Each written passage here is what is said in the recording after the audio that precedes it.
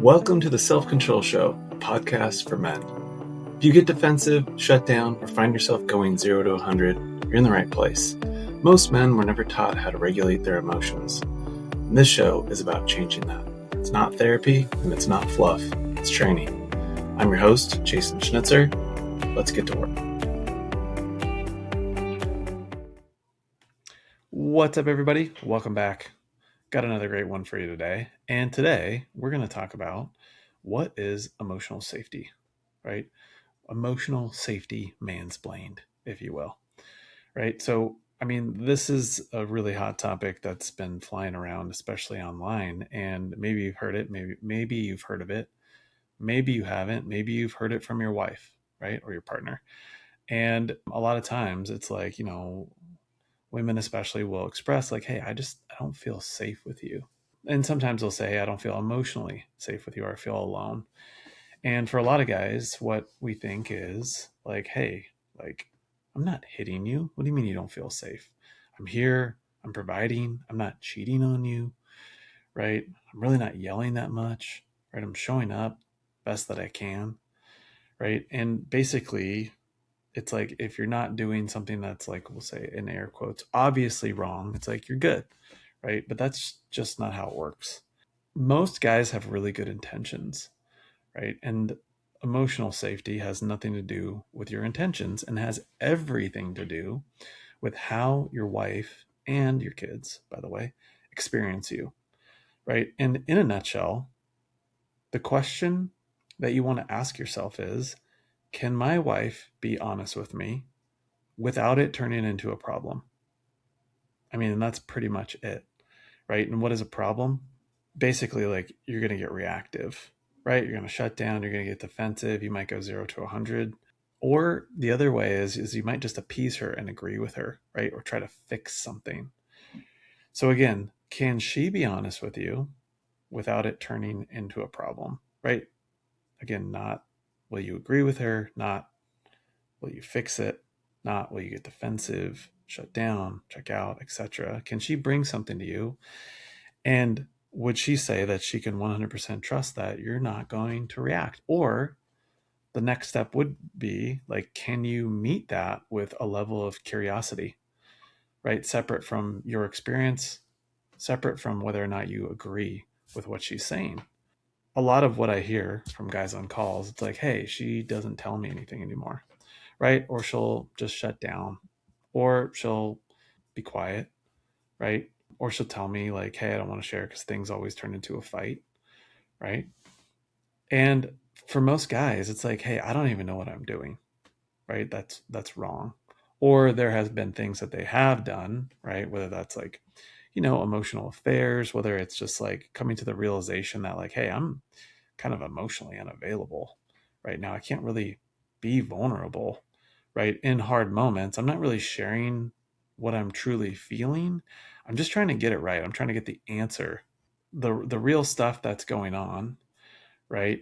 That, again, like going back to a little bit more of like what might be going on, what she might be saying is like, hey, when she says something like, hey, I don't really like the way that you talked to the kids earlier, right?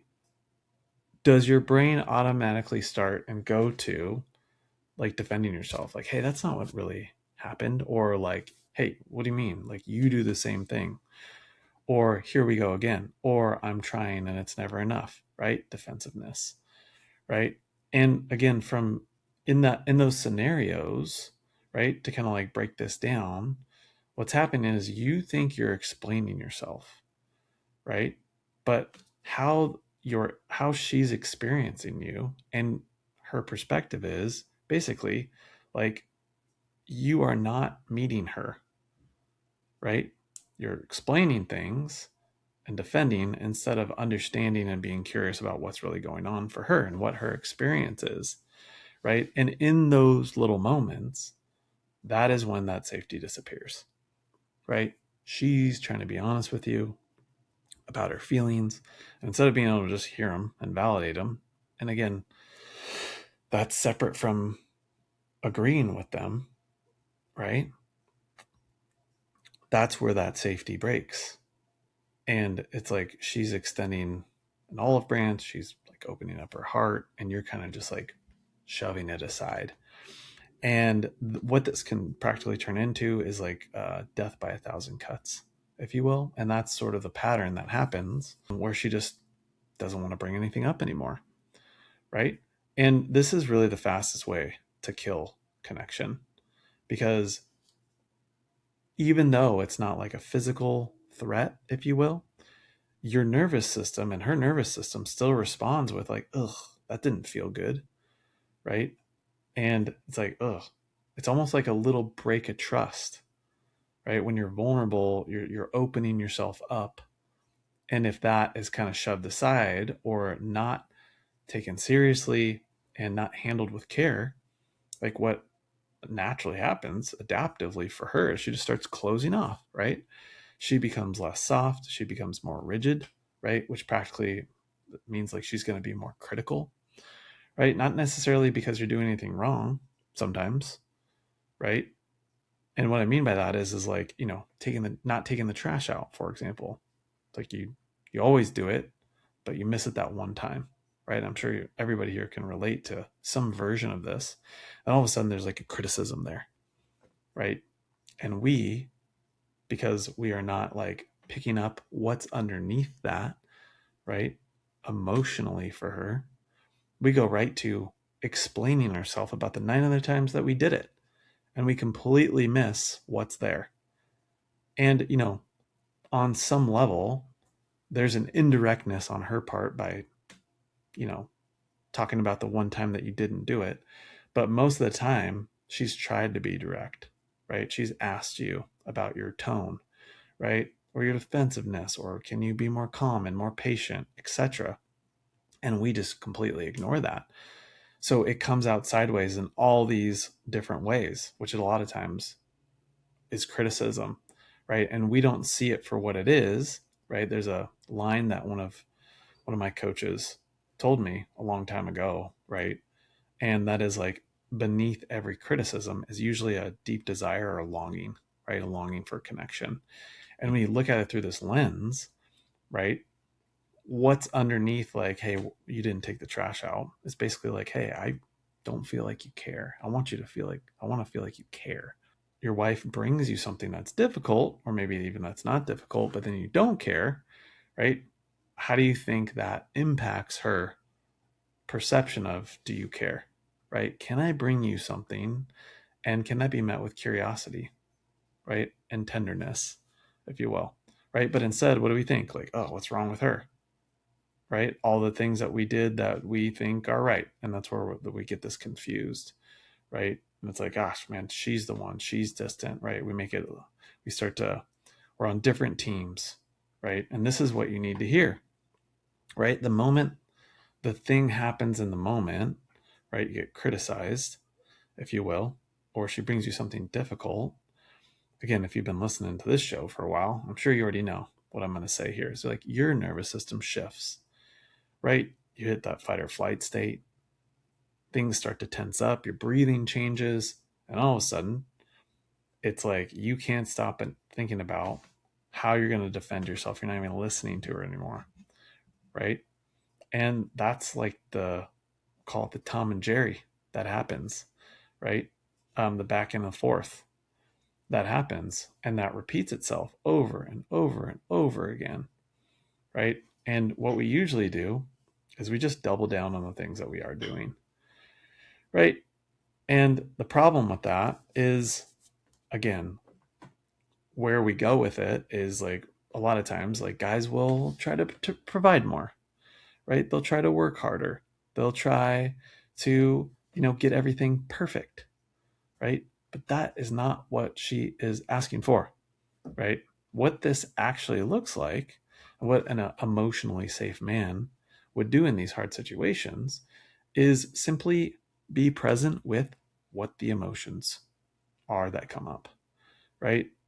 So your first thoughts aren't, here we go again. It's, help me understand that better, right? Not necessarily because you agree, but because we're in control, and we want to be in care of our partners in those times of distress, right? Just like when you're having a hard time, you want her to care. right? You want her to be present. You want her to be attentive to what's going on for you. And that's what real emotional safety looks like, is no matter what the thing and how it gets brought up, we stay non-reactive and we're able to be present for what it is, right? We don't try to make it go away. We don't try to fix it. We're just with it. And you're able to hear it without reacting, right? You're able to be present with her feelings without it turning into a fight. And that is emotional safety. Emotional safety is your wife trusting that you've got it and you can be unshaken by her feelings, right? And that's not to say you're responsible for her feelings, right? You're not responsible for her feelings. Yes, there is absolutely on the other end of the spectrum toxic, well, I don't know, toxic femininity, where like, your partner might expect you to just be the rock all the time and she should just be able to act however she wants to act, which is not true, right? That's not what I'm talking about here. What I'm talking about is being able to trust that in a mutually respectful relationship, like she can bring up hard feelings and it can be okay. Right? And she's not afraid of or walking on eggshells around like talking about something difficult, right? Or reminding you, like, hey, your tone changed there. And I don't like that. Right. And you to be like, well, I'm really glad that you shared that. Right. And to be able to accept responsibility, like, yeah, I did notice that. Right. And that's something that I'm working on. Thanks for sharing that with me. Right. I'm glad that you're sharing your experience of that with me. And I want to do things differently.